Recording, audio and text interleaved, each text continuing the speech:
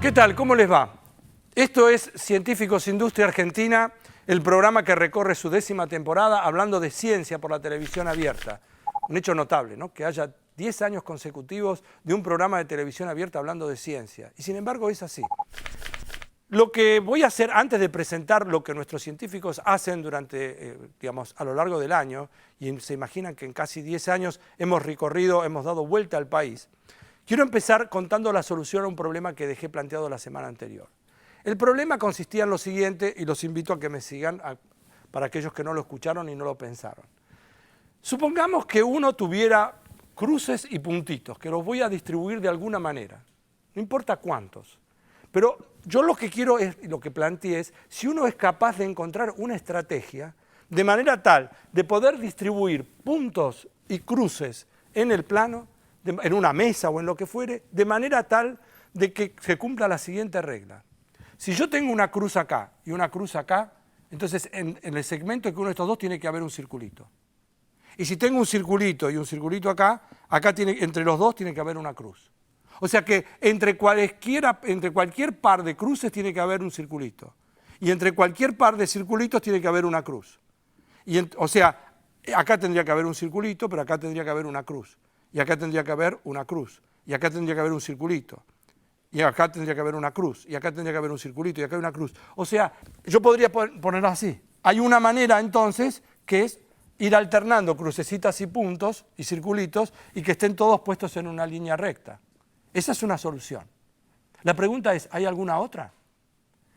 Y la respuesta es que no. La única manera de resolver este problema es poner a los puntos y a los circulitos todos en una misma línea. Si uno no hace eso, no se puede. Ahora uno dice, bueno, ¿cómo no se puede? Usted no pudo. Yo a lo mejor sí puedo. Y yo lo que quiero es convencerlos a ustedes de que hagan lo que hagan, no se va a poder. Y esta es la manera de demostrarlo, y les voy a mostrar y quiero hacerlos pensar en algo que es extraordinario desde el punto de vista de la matemática y uno no se da cuenta que eso es hacer matemática. Y miren lo siguiente. Yo voy a suponer, ustedes vienen y me dicen, yo voy a poder encontrar una manera de distribuir los puntos y los círculos y las crucecitas de esa forma que usted dice, pero que no van a estar en línea recta. Le digo, perfecto, hagamos lo siguiente. Si existiera una manera, no importa, usted las distribuyó. No sé de qué forma lo hizo, pero seguro que yo voy a poder formar triángulos. Con todos los puntos y los círculos que usted hizo, yo voy a poder formar triángulos. Hay muchos triángulos que se van a formar con los puntos y círculos. ¿Por qué va a haber triángulos? Si no están en línea recta es porque tiene que haber triángulos. Ahora, de todos los triángulos, como es un número finito de triángulos, tiene que haber uno que sea el que tiene menor superficie. O sea, de todos estos triángulos hay uno que es el más chiquito. Por ejemplo, no importa cuál, pero supongamos este. Entonces, si este es fíjense qué propiedad tiene este triángulo. Es el más chiquito en superficie de todos los triángulos. Si yo tengo este triángulo, fíjense que como tengo un triángulo con 3 vértices, tiene que haber o 2 circulitos o 2 crucecitas. Puede ser que sean 3 circulitos o 3 crucecitas, pero seguro que tiene que haber o 2 círculos o 2 cruces. Supongamos que hubiera 2 circulitos. Entonces tiene que haber una cruz acá.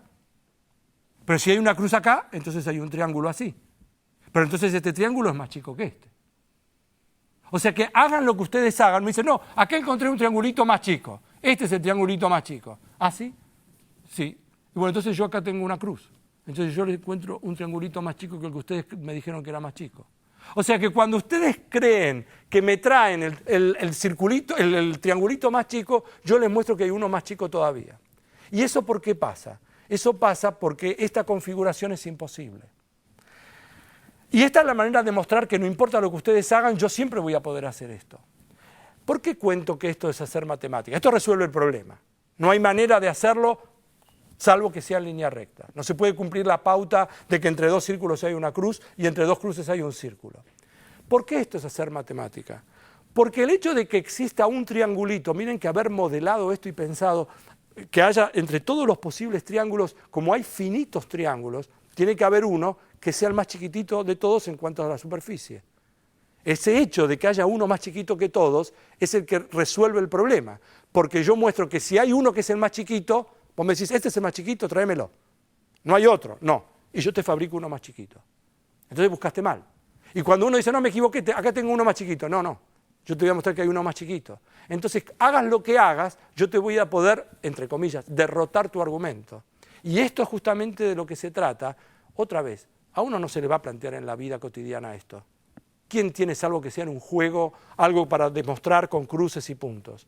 Pero lo que sí pasa es que esto nos permite, como una persona que entra en una pieza, cuando uno entra en una pieza a oscuras, se lleva por delante todo porque no conoce dónde está la cama, dónde está la silla, dónde está el escritorio, dónde está la lámpara, dónde están las plantas. Pero una vez que uno estuvo mucho tiempo en la habitación, entonces ya la oscuridad parece que no es todo tan negro. Uno empieza a conocer más.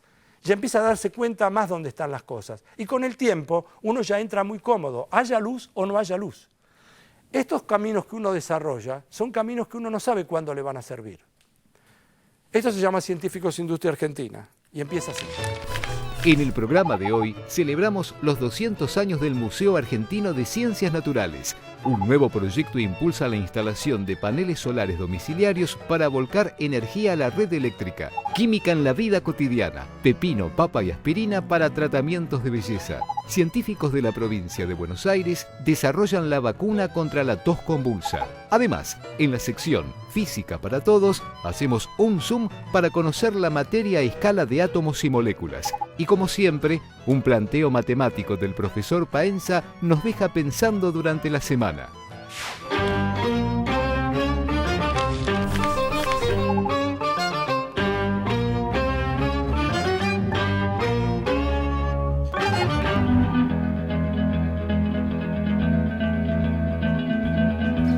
En Argentina, como en casi toda Latinoamérica, estamos en época de bicentenarios.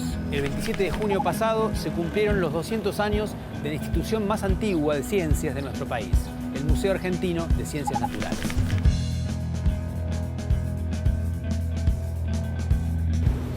El 27 de junio de 1812, el primer triunvirato dispuso la creación de un museo público de historia natural.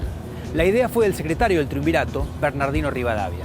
¿Para qué crear un museo en un territorio que todavía no se había independizado, en un estado que recién se estaba formando?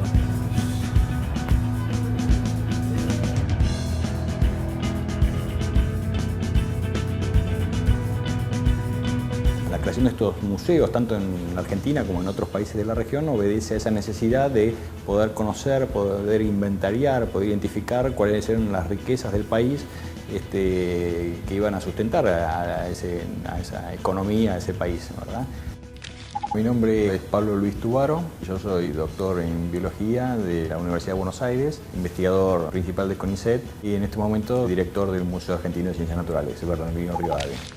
El museo nace en el 12, en un momento en que todavía existía el concepto internacional de gabinete de curiosidades. Los museos no eran una institución científica ordenada sistemáticamente con sus colecciones de cada tema.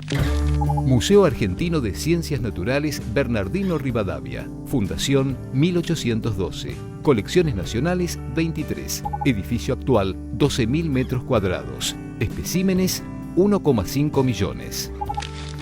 Bueno, por ejemplo, acá lo que hemos armado no es una vitrina con objetos originales de la época en que nace el museo. En esa época, los objetos de esa época se han perdido.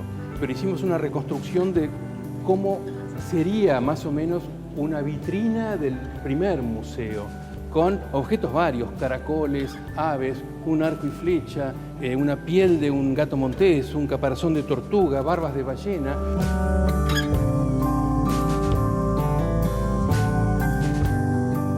En la época rosista, un poco después de Rivadavia, el museo tiene como director a un señor de Marchi, y el documento más antiguo que tenemos en el museo es este libro, porque en el periodo de Rosas no se le dio mucha importancia al incremento de colecciones naturales, pero sí a los trofeos de guerra. Máquina infernal con que fue intentado asesinar el excelentísimo señor gobernador de la provincia, brigadier don Juan Manuel de Rosas. Los unitarios le mandaron de regalo una caja con cañoncitos alrededor, que en el momento en que se abría, los cañones disparaban para matar al que abriera la caja. Rosas no abrió la caja, se la dio a su hija Manuelita. Manuelita la abrió y por esas casualidades, y por suerte la caja no se disparó. Esta es la oficina del director del Museo de Ciencias Naturales Bernardino Rivadavia. Esta oficina tiene varias curiosidades. Una de ellas es este mueble, este gabinete, del cual existen solo 5 en la Argentina, que fueron comprados por Sarmiento. Como se ve, es un mueble de enorme calidad. Yo siempre digo en broma que es lo más parecido a una notebook que había hace 100 y pico de años atrás. El primer director importante de este museo fue Hermann Burmeister, que durante 30 años es director y es el que le da el nivel científico internacional. Deja de ser un gabinete de curiosidades para transformarse en un museo de gran prestigio internacional. Él era un hacedor de museos, ¿verdad? Con un conocimiento muy acabado de lo último de la zoología, de la paleontología, de la organización de instituciones científicas europeas de esa época. A Burmeister lo sucede otro gran director, Carl Berg, que era ruso, de origen ruso, y que, a diferencia de Burmeister, que era muy científico, se preocupó muchísimo por abrir el museo al público. De hecho, en los años de Berg, más de 50.000 personas llegaron a visitar el museo en un año. Florentino Meguino sería el primer director argentino realmente que tuvo este museo.